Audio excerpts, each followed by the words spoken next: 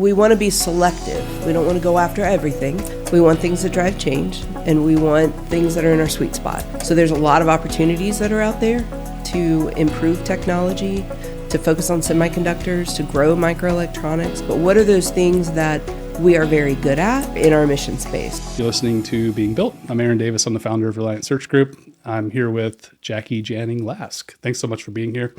Jackie, you're the CEO for Midwest Microelectronics Consortium, right? Mm-hmm. And you spent a long time in the Air Force, with the Air Force. I did, 35 years as a civilian. You're kind of a big name in Dayton. I'm honored to have you here. Oh, thank you. I just watched your TED Talk. Oh, okay. About your... that's been 10 years now. Has it really? Yeah. Oh, okay. You haven't aged.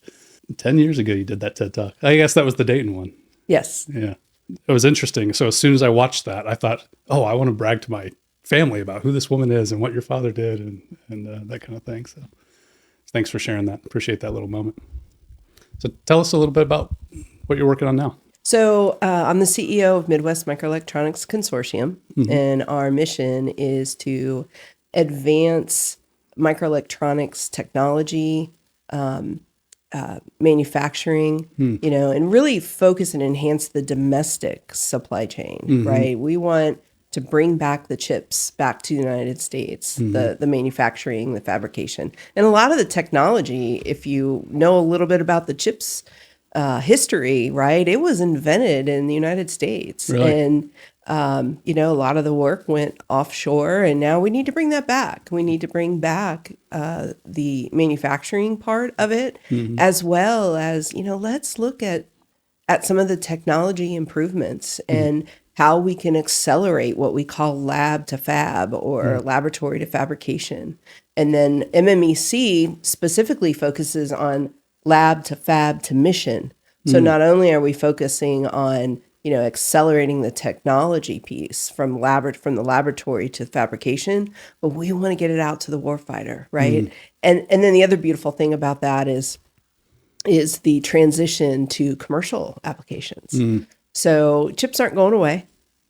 You use them every day. They're in everything. They're in your refrigerators. They're in your phones. They're in your cars. Mm-hmm. And if you recall back to COVID, you couldn't get a car for the longest time because there was a chip shortage. True. Right? So we don't want that to happen again. And we don't want to have to rely on any other country. So it's bringing it back to the United States. And that's the core mission for MMEC. That's really interesting. When we first chatted about MMEC, you mentioned the kind of repatriatization or domestication of chip manufacturing. I was curious about the driver, whether is it about the economy, bringing jobs back, driving economic interests here? Is it about security and interests surrounding that? Or is it about innovation and engineering and trying to control all those things? That. It's all those things. It's all those things. Wow. Right? We want to be able, we want to be able to use the chips that are manufactured in the United States, right? We don't want chips that could have been tampered with, right?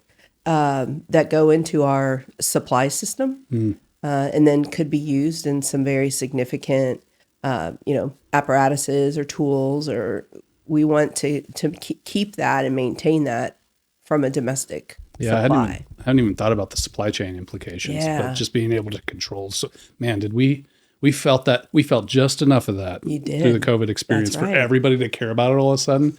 I can tell you from firsthand experience, I didn't care about it in 2018, right? Like, supply chain, whatever, right? Like, I wasn't concerned where stuff was made because everything in my life had always showed up in time, right? Or on time. It's on the shelf when I wanted it or whatever the shelf is. Or it arrives on your doorstep. That's right. Now. Or it's downloadable, whatever, right? I didn't care where stuff was made or developed or engineered or manufactured, but man, we experienced enough of that interruption during COVID to feel it.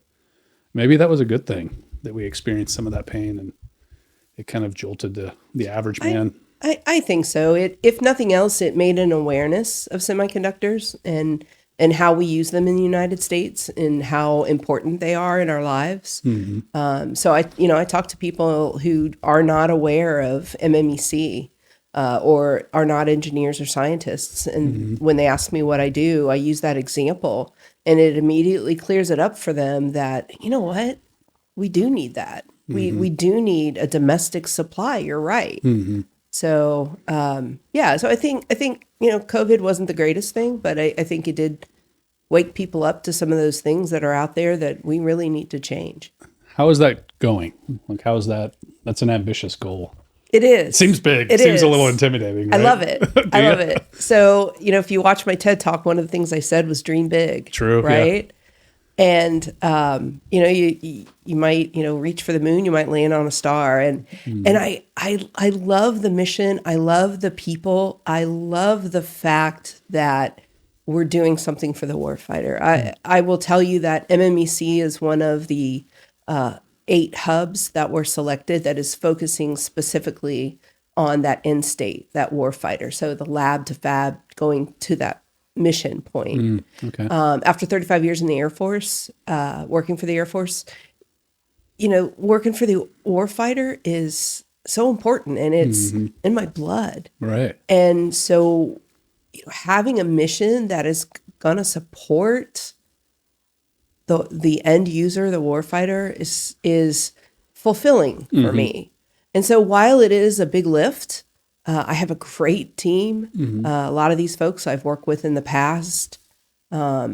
We just recently submitted 15 proposals. Each of the hubs were limited to 15 proposals in areas such as electromagnetic warfare, artificial intelligence, secure edge, commercial leap ahead, artificial intelligence. And so we were able to submit a proposal in each one of those technical areas, as well as hit our limit of 15. And I was so proud of the team.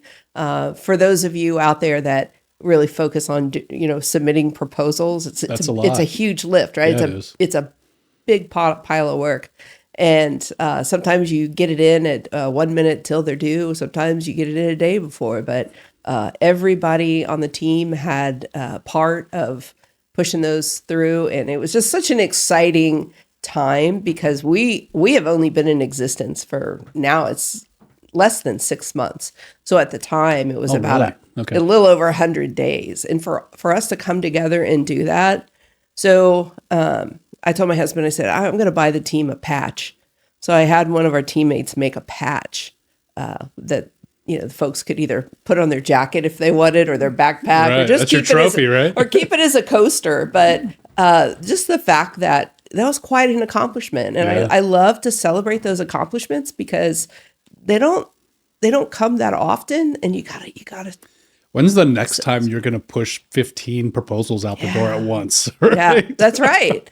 You're going to have to find something else to celebrate soon, right? Right. That's so we're occasion. hoping to get, a large amount of those back that will be awarded. And we're looking forward to that. What's your forecast? How many do you think you'll win? Oh, gosh, I'm afraid to say it. Well, don't let me jinx it. Don't let me jinx it if you don't want to. A little less than half, let's say. Okay. Yeah. Would that be a win if you got a handful? Just a hair less than half. Yes. Yeah, good. Yeah. I didn't realize the organization was so young. That's cool. It is. So it's just it's a fresh group of folks with a similar passion, I presume. Right. So you're kind of a lifer when it comes to supporting the Air Force and supporting the warfighter more generally. And I know from your TED Talk that your father was an engineer and inventor and tinker or whatever. So what compelled you to go the route of kind of the Air Force and supporting the warfighter? Yeah, I really never thought about working for the Air Force. I lived in Dayton, Ohio, and my father worked for NCR. Yeah. Okay. And in fact, he retired from NCR Microelectronics in Miamisburg. Really? Okay. So it's kind of fitting that it's come full circle. Wow. And I'm super proud. Wish my dad were here today. Yeah. But he's with me every step of the way. And I really never thought. I just figured I'd go someplace maybe outside of Dayton, Ohio. I never really thought about working for the Air Force. I studied at Wright State University.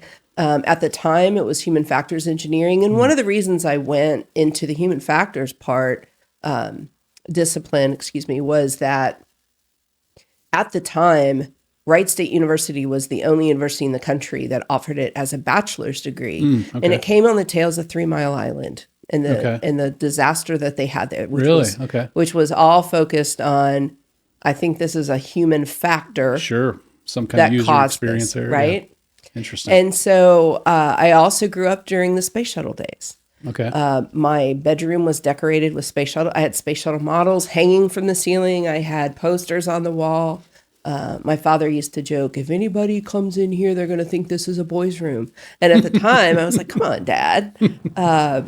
But that's the way it was at the time, right? And in my engineering classes, I was one of maybe 3. Probably a little bit of a loner sometimes. It was. Right? Yeah. It was. And I just interviewed an engineer this morning, actually, a woman, and that was on my mind. Like, did you know, and are you comfortable with this boys' club that you signed up for, right? Right, yeah, right. Such is life. Follow your passions, right? So growing up during that time, with Sally Ride and Eileen Fisher, I had these role models. And, it was just something I thought, you know what? I'm going to go into engineering and I'm going to focus on this part. And with Wright State offering human factors as an undergraduate, we were the only university. And so Dr. Tony Cacioppo, who was our advisor, he was the former chief scientist for the Foreign Technology Division for the Air Force. He was our advisor at Wright State University, amazing man. And he said, Jackie, I'm going to send you out and see how much you can get. You don't have to take the job, but because this career field is in such great demand, I'm going to send you out. All you have to do is tell me how much you get. And so he would send me out to different places. I remember going out to Commonwealth Edison in Chicago. Okay. They What's wanted. That? What are they? So they're the power company, nuclear reactors, and they wanted me to take over for a retiring engineer who didn't know anything about human factors, but was given the task. Okay. And here you are, college educated. And here I am, college educated, and yeah. they're like, "Man, you got the job." It was funny. I had bronchitis during the whole interview. I thought that I bombed it, but I was offered. I don't remember the exact number, but it was enough for Dr. Cacioppo to say, check, that's the highest offer we've received so far from Wright State. So, he was ready to quit his job and take it, right? So that's cool. Yeah. So I decided to stay in Dayton, and I got a call one day from a friend who was working out at Wright-Patterson, and they said, "Hey, we're hiring engineers. Would you be interested?" And I said, "Sure, I'll check it out." Okay. And I went in, I started with the engineering directorate there. And I tell you what, I started in simulation. Okay. And that's big out here at the base. And simulators. Okay. Right. And that and the academic and the courseware and the hardware and the software, and that just really drew me to purpose. And that's what keeps you going, right? Yeah. And then I thought, well, I'll do this for a couple of years and do something else. And I think the bug hit me. Purpose, right? That's very important to me. A couple years turned into a couple decades. Yep. And I will also tell you, the Air Force core values stuck with me. And there are no better core values out there, right? Tell me, I don't know them. Okay. Integrity first. Okay. Service before self, and excellence in all you do. And when you think about integrity, service, and excellence, really, what else could there be? And that makes me want to pick my chin up a little bit, you know? That's a proud mantra.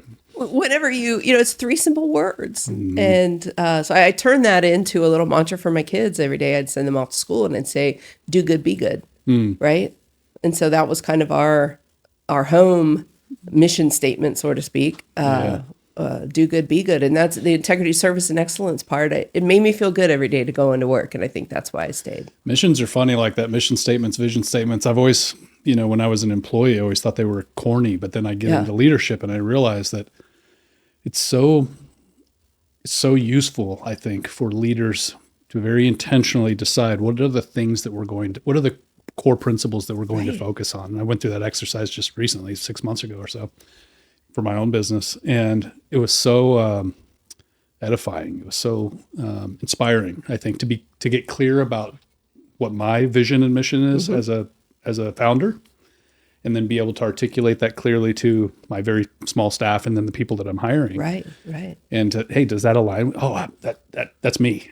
And it's so nice to know kind of you're going the same direction, right? And these conceptual things that when you're doing your work, you think are secondary, but hopefully that's because you're already aligned with that. That's right. And so you're not working on that. It's really something you're just working on as a leader when you're promoting people, when you're acknowledging people, when you're hiring people. And man, what a superpower that can be. Right. And it's something to fall back on, right? If you're caught in a situation, you just go right back to your core values, and it really helps you make a decision. Yeah, it's your clarifying foundation, right? You mentioned earlier being a couple of your inspiring folks who inspired you, role models that you looked up to. You think you've been a role model to others? I would like to think so. I don't go out of my way to try to become a role model. I got a very nice note from a gentleman yesterday that said, I want to thank you for everything you've helped me, in my career. And sounds like a yes to me, Jackie. I've developed, a lot of things I learned from watching you, or I learned from listening to you. And I find myself repeating a lot of my father, right? Really? The things that my father used to say. And I work those in. Well, my TED Talk's all about how I grew up, right? And the things that my father used to say, and how he would raise us, and I of course, everybody wants to be an inspiration, and you want to leave some kind of legacy behind, and you want people to grow and learn from you, right? Just as you've learned from other people. So it's important for me to share what I know, and then, learn from other people as well. What do you think are the most important things you learned from your father? Oh, gosh. If you had to distill it down to like these couple of things or whatever. I think, and I mentioned one that was in my TED Talk, which is gunners don't count. And I catch myself. I'm going to do that, right? I'm going to. It stung a little bit. I watched it. It stung a little bit when you said that, because I have all these plans. Right. Like, so what? Like, what are you doing? Right. Yeah. I'm going to get those charts to you by noon today. Right. And it's like, oh gosh, I said that I was going to do that. I got to do that. Right? Yeah. Because people depend on you. Another thing he used to say was, just because you can doesn't mean you should. And that one has stuck with me. And I've always told my kids that, just because you can doesn't mean you should. It goes for a lot of things in life, right? When you make a decision, think about that. And take what you want, but want what you take. That was another one. Find solutions looking for problems. That was another one. What does take what you want what you take? What does that say? What does that mean to you? That means don't overindulge, right? Okay. So if it could be as simple as going to an all you can eat buffet, right? Don't just eat because it's take in front what of you, you want, but make sure you want what you take. Okay. And in life, take what you want, but want what you take. Don't just take to have, right? That's interesting. So, my wife's pop. I never met him. He passed away, but she's repeated it. Take all you want, eat all you take, with regard to what you eat, right? Right. He grew up kind of in a rural Italy, and so that was kind of a value system in their household or whatever. So it's interesting. It's so similar. Same kind of thing. But yeah, it does apply broader than just what you're eating, right? It applies to everything in life, right? Right. The time you indulge in a video game or whatever else, right? Like, make sure it's something meaningful to you, that you actually want to be there, right? Right. Sounds like a very inspiring guy. Yeah, he was such a neat guy, and you couldn't pull one past him. Really? You knew exactly what you were doing, and because he did it too. Did you ever try to? Were you a bad kid or what? No. No, in fact, I probably listened to my dad too much, right? Really? He used to. One of the other things was tinkering. He always inspired us to tinker, take things apart, learn how they work, give it a try. It's not just if you succeed, it's learning the skills as you go along, right? So just go out and try different things. And he did some crazy, crazy things, but that's how you learn. I reflect on this often, actually, that it wasn't that long ago in human history where almost every child was at their parents' hip when they were young, engaged in their work, either learning their trade or in the field working or whatever, right? Maybe working in the same factory or whatever, right? And then at some point, because of progress, right, they get peeled off into a classroom. And it is progress. It's good in a lot of ways. But the downside to a really efficient life that we live, a really highly educated life that we live in modern civilized life, is that kids aren't as connected to the work or the interests or the efforts that their parents are doing, the things they're doing. Yeah. They're more like removed. Dad's off to work. And then it's kind of like behind this curtain, right? And maybe the most recent, agricultural work 100 years ago, even just 100 years ago, was a much bigger part of our economy and our socioeconomic condition. Right. And kids were part of that, right? Right. Even now, kids who grew up on farms, there's far fewer of them, right? They tend to the animals and help on the farm and that kind of thing. But all of us now work in offices and out of work vans and stuff like that, and kids aren't coming along, That's unfortunate, I think. It seems to me like your dad brought his work home. Right? He did. He had a laboratory in the basement. And when I was young, I'd do anything I could to stay up. And he would have my brother and I go through a box of capacitors and resistors to find the exact one that he needed, right? It had to have the right numbers, the right colors, the right letters. And so my brother was 3 years older than I was. And we'd just be down on our knees going through the box, trying to find exactly what he wanted. And we got a quarter if we found it. Oh, you were an engineer then before you were in high school. Well, I tell people it was the awareness of resistors and capacitors. How many kids know what that is, right? I'm not sure I know the difference. It was... I'm serious. I'm almost 50.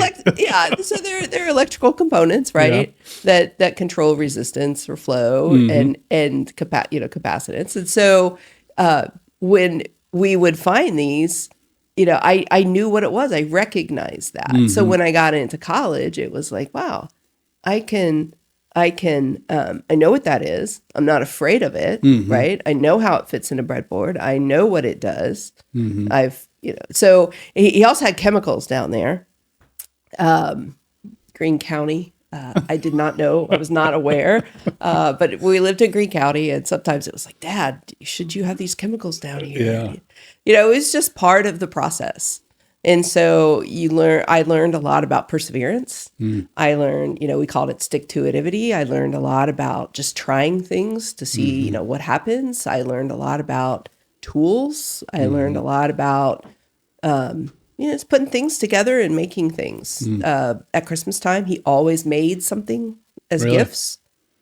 No matter what it was, one year we made gumball machines out of small fish bowls that were turned upside down with a salad crouton lid, and we had to go find these salad Crispin crouton lids that just fit the perfect size of the fish bowl. I could go on, but he always made things, right? Every daughter and granddaughter received a gold-plated penny, so he would plate it in his basement. Really? On their wedding day, okay, they got a gold-plated penny. Just little things like that. He really wanted to make things special for people. I'm jealous. That's a great way to grow up. Yeah, right? Yeah, he was amazing. Not that I had family that loved me. So no, sorry, Mom, I love you. But that's really cool, right? To have an inventor kind of dragging you into his world in the basement. Clearly seem to recognize what an advantage that is and what an opportunity that is in life, right? Because you seem very grateful for that, that influence and that inheritance, right? Yes. And my mind goes, the world is full of capable potential that's just uninfluenced in the right direction, right? It's heartbreaking kind of to think about how many great minds just didn't have that little lab in the basement. Right. What are we going to do about that? But wouldn't that be great if we could create that? Yeah. Right. And it's always been my vision to have a children's museum right outside the Air Force Museum. I think if you build it, they will come. A lot of adults love to go to the Air Force Museum. A lot of children love to go to the Air Force Museum. We were just there last week, actually. Took the kids there. And just having a children's museum and I always thought it'd be cool to have what I called a helioport that would take the kids across Springfield Street over to the museum and give them an opportunity to, learn about aerospace and wing warping and Bernoulli blowers and how airflow works and give them, I always wanted a special room called the Janning Lab where, because Dad also had a lab on Wilmington Pike, I think almost till the day he died, where he would tinker and do things. And my kids used to love, can we go to the lab? Can we go to the lab? Because there was always chocolate there. And Dad would show them things and he would invent things for them. And just having the ability to walk into a place, feel comfortable about what's there, right? Be able to tinker, be able to practice, be able to put things together. You just don't know what you can create from pieces and parts. My son's 7. My youngest son is 7. So he found some piece of rope, however many months ago. And I find that thing all over the house because he'll figure out how to suspend this from the fan or make a pulley out of something, or he had made a swing the other day. And I think kids naturally want to put stuff like all of those things. He has a mountain of toys, right? That already work for those functions he created better, right? But he wanted this raw material, and I see that thing left all over the place because he is repeatedly attempting to figure out some function, right? And he'll hear something about a pulley or leverage or whatever at school, and he comes home and he's like, "Oh, can I keep this stick?" Because he's got some idea in his head, and I think it's a natural state for kids to be curious and to tinker and to want to engineer. They're all kind of scientists and engineers right out of the womb, definitely. Right? Testing and measuring and all those kind of things, I think, are innate, intuitive behaviors for kids, and somewhere along the way we lose it. I love the idea of the museum. How are we going to fund that? You looking for donors? Yeah, so I play the lottery every week. Lottery, right? I bought a lottery ticket for the first time last week. I was kind of embarrassed, and I kept looking at it. I'm like, am I a billionaire? No. I'm on the board at Air Camp, and Air Camp is doing a lot in order to build a facility on, kind of on the grounds of the Air Force Museum where they can host Air Camp as well as have classroom space or boardroom, conference room space. I think it's a great concept. I just really want to take it one step further. I do think that if we could build something for kids and have the complementary piece of the Air Force Museum is a gem. There's so many people that live in the city of Dayton that have never been there. And that's wild because it takes a week or two to go through if you want to see everything. We blazed through each wing, I think, in a moment. But I think I read 2 placards or something. Like there's out of hundreds. There's there's one area that has like a handful of like full-size rockets in it. It's wild. And you're looking to the sky, how big these things are. I was just mesmerized by how these things were brought in here and stood up. Like that was a whole project to just stand one of these up. And then there's like 6 of them standing next to each other. That place is pretty impressive. You know what the most impressive thing about that place is? It's free. Like, I guess it's tax funded or something, right? It's free. It's funded by the Air Force. And what a gift that is to our neighborhood. It really is. Yeah, it's phenomenal. We take people through each time they come to visit, right? But I decided one time that I was going to do the docent tour. I thought I knew everything, right? But I took the docent tour, and it was well worth it. Is that I'm not It's a guided. Yeah, it's a guided tour. So they have knowledgeable people. A lot of them are retired Air Force officers. Who will walk you around. And if you talk with the director of the Air Force, he will tell you that they try to get aircraft or parts and pieces that have some kind of pedigree, that have an importance, that either went through a war, or the bullet holes mean something, so they are very choosy about what they put there. So it's not just some, here's an airplane that we built back in 1957. It's here is a piece of history that made or break a war, right? You want to hear something that was really impactful to us? Yeah. This is kind of a sobering experience, but my son, I was going to say he plays a video game, but he actually watches somebody play a video game anyway, which I think is super corny. But anyway, watch some guy play a video game, and there's this very cartoonized, nuke or whatever that's dropped on something in this little show or video game. And so we were going through there, and he saw some, replica of a missile or something. Like, oh, is that a nuke? And then we get to the bomber that actually dropped. Oh, right. The atomic bombs on Japan, and my brother-in-law is a history teacher, a big history buff, very knowledgeable about World War II in particular. So he knew every detail. He knew, what dates, Truman did what, when, and where, and how many lives were lost, and all the variables that went into the decision making, and very knowledgeable about that. And it was interesting to see my 7-year-old be intrigued by this kind of like cartoon concept of a nuke, and then be looking at this Big Bertha, shell, and hear the actual history and the actual lives and the actual decisions that were made about these people and these people. And I just saw a different, like a seriousness. And he's like, oh, okay, that's just all of a sudden seemed a little less amusing. And it's good education, I think, to just clean up the context of things that should be serious, right? Even for a child, should be very serious things to think about. And I was grateful for that moment because, he's kind of buzzing around there. Where are the nukes? Where are the nukes? Like it's a game, like it's fun or whatever. And it's certainly not. It's another level of understanding. Yeah, it was great education. Yeah. It was a great education. All that just to say, it was a great education and a good one, about a sad subject, but really, really good for him. I was grateful that my tour guide was there. My brother-in-law. Right. He's a super nerd when it comes to history. He knows all the things. He's a really fun conversation. But I think, my head goes to the parents are the most distributed form of like influence in education, right? Mm-hmm. Obviously the first line of offense when it comes to influencing and inspiring kids to kind of pursue impactful opportunities in life. Doesn't always have to be professional, I guess, but meaningful work of some sort, right? Which leads me to another question I asked a guest a few weeks back. Mm-hmm. Why don't more girls go into engineering, technology, science? It seems like I just don't know the answer to that. Do you?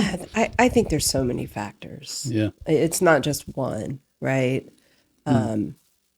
I think sometimes they're told that math, girls can't do math. I mean, that's kind of the way it was years ago. Mm-hmm. Is why are you studying math? Girls didn't do math, right? It was just leftover legacy things. Yeah. I think now though they are offering more things for girls. Mm-hmm. There is a pre-engineering program for very young girls, 12 to 14, where they can begin to build whatever they want. And they may want to design clothes. And so if you want to, become a designer, there is an element of STEM in that, right? You have to understand how pieces go together. You have to understand materials, right? You have to understand sustainability. And once you start talking about, the one thing about systems engineering, right? It's all about the ilities, reliability, maintainability, sustainability. Can this last? Can this work? What is the adaptability? What's the availability rate? And once you start talking about those kinds of things, then, I think young women, young girls have an opportunity they can do whatever they want, right? I've worked with a lot of IT people, a lot of software developers in my career. A lot of young people who go into technology start off with this idea that they're going to write video, they're going to, design video games. Right? And then ends up they build some system for finance, and they build an app for managing finances or something, right? But it's the childhood dreams, right, that inspire the technical competencies or whatever that then have a practical impact on the whatever, right? Like somebody has to pour the concrete to make the sidewalk curve or whatever. And like nobody dreams about doing that as a child, but you might dream about being a builder and running a big truck or something, right? Right. And then you become next thing you know, you're an expert at asphalt or something, right? Right. Some mundane thing to a child, but like a highly impactful, interesting, like, field that requires some technical expertise, right?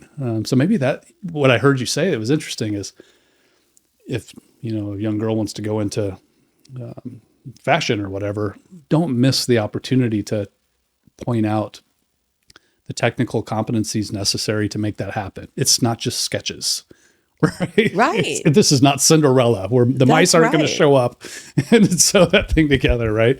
There's a lot of technical competencies necessary to make that happen. Right. What differentiates you from the rest, right? We took a human gait walking class in college, and one of my colleagues, she said, "I want to go work for Nike and design shoes." after taking the class on how the human gait works, the rotation of the ankle, and, that was a biomedical class. And it just kind of, at the time, it blew my mind. I'm like, wow, I never really thought about the physics of the human gait and the stressors. And, you think about, when you talk about architecture, you talk about trusses, and you talk about, the statics and how that all works. And then how does the dynamic applications work? And when she was telling me that she wanted to go work for Nike and build shoes, I was like, it really hit me that this isn't about just changing the color of, the sole of the shoe. Yeah. This is truly about building something that's supportive, that, right, can be sustained, that can hit asphalt, that can, right, that can stay on a foot, that can be adjustable, and you start thinking about all those factors, and it just goes right back to something technical. It really does. And that's right. It's not good or bad. It's just, that's the way it is. True. And it's all physics at the end of the day. It is. It's all physics at the end of the day. I like that. I think I'll get a shirt that says it's all physics at the end of the day. Isn't it? I love it. I stole that. That's a derivative of something else I saw. What was it? There was a question. Oh, it's that kind of that trope or whatever that people say. Oh, there's a reason for everything. Yeah. Yeah. Right. Physics. Right. Physics is the reason for everything. Right? Yeah. It doesn't have to be that simple. I'm not knocking anybody's bigger picture or whatever. But there is a reason for everything, and all those things are physics. Even your creative ideas, right? Right. At the end of the day, right. It all comes back to physics, doesn't it? So, do you get to do any tinkering, engineering, science work at MMEC? Not really. No. It's mostly, standing up the company took a lot of effort, and it still is, right? We're still under 200 days, not that I'm counting, but, just standing up the company, finding the right people, getting an office, hiring, setting up the processes, right? Because you want repeatable processes that are strong and can endure. This is not something I want MMEC to endure for many, many, many years, right? So we have to start with a strong foundation. So building that, it's a lot of work. It's time consuming, but it goes back to, it's the people, and I have the most amazing team. I could not have asked for a better team. Good. For MMEC. What's your biggest challenge over the next year? What's the biggest threat? The biggest threat, I think, is probably looking at being choosy. Okay. And we want to be selective. We don't want to go after everything. We want things that drive change, and we want things that are in our sweet spot. So there's a lot of opportunities that are out there to improve technology, to focus on semiconductors, to grow microelectronics. But what are those things that we are very good at and that will help the warfighter and are in our mission space? So that, I think, to me, that's probably the biggest challenge, is being selective, being choosy. Maybe is the biggest threat then getting diluted and distracted? Yeah. That's so easy to do, no matter what field you're in or what you do, right? Honestly, I hear that a lot from leaders, that, being able to stay focused is hard. Right. And it isn't because of the thing that's out here. It's because of the thing that's right here, and then the thing that's right here, right? Yeah. Those are the things that are tempting, that are close, that are, I'm not sure. So how do you know yet, or how do you know if it's, in your lane? Yeah. So right now we're focused on those 6 technical areas that align with ME Commons, because we wouldn't be here if it wasn't for Microelectronics Commons, which is the parent organization for each of the 8 hubs. Okay. So we will focus on those 6 technical areas. But then, we'll also look at opportunities that we can leverage those 6 technical areas, and also areas that focus on the warfighter. So trusted and assured microelectronics is one that the DoD is very focused on. In fact, my CTO, Dr. Matt Casto, came from that domain, and has, he's an expert in that area. So we want to leverage that and focus on those areas where we know that we've got an edge and we know what we're talking about, versus going off too far into perhaps an area of manufacturing. We are not manufacturers, right? We're an R&D, we're a technical organization. So we want to focus in springboarding that technology to truly drive change in the future. I always kind of like to end with a question about your biggest goals, challenges, and how you're going to get there. And so I guess my final question is, what would you like to see happen in the organization over the next 18, 24 months? And what are you going to, what big lift do you need to make in order to make it happen? I would like, in the next 18 to 24 months, I would like to see us firmly rooted in projects with ME Commons. So I told you we just put in 15 proposals. Those will be announced sometime in the summer. That's how many we get. Yeah, good luck. I'm shooting for roughly half. But I want to take that on. And then we have what we call a call for topics that we will be submitting sometime in the early fall, late summer, of topic areas that we feel that are important that ME Commons should investigate for the future call for projects. Okay.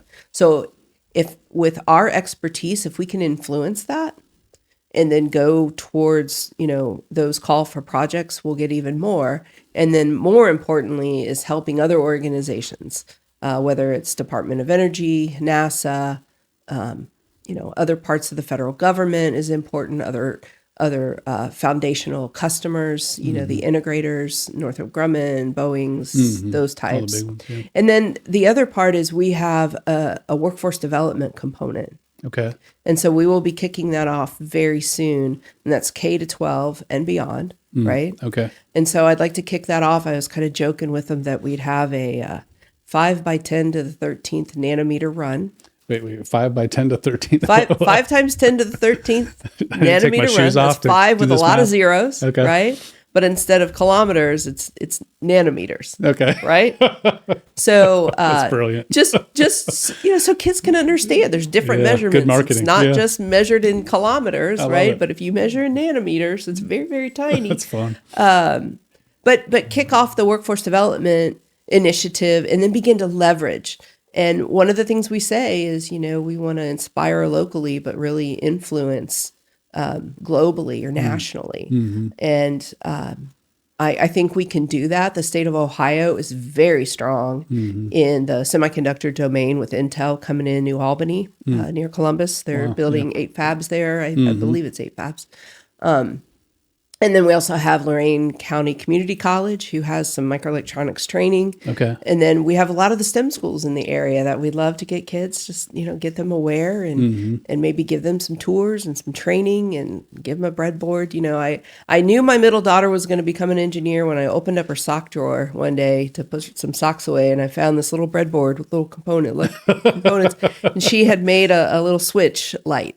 Really? Yeah. You find that tucked away in the sock drawer? It was tucked away in the sock drawer. And I'm like, why don't you get this out? Sneaky little thing. So she put it on her nightstand and she would just, have a little nightlight if she needed it. But, kids, they can build things like that. A lot of them don't know. They just need to be comfortable with it and have the resources for that. And so our workforce development initiative will help with that. It's cool that you're engaged in that because, clearly you are grateful for the inspiration that you received growing up and that influence you got inside the home, right, in the family. And thank you so much for passing that on, not just to your employers, but to the broader community and to inspire other, families and leaders. And so it's cool that you get to be engaged in the workforce development thing that's kind of close to home and hopefully be able to take some steps to scale that, kind of passing on that inspiration to the next generation, right? Thank you for being on the show. I appreciate it, Jackie. My pleasure. Thank you for the invitation.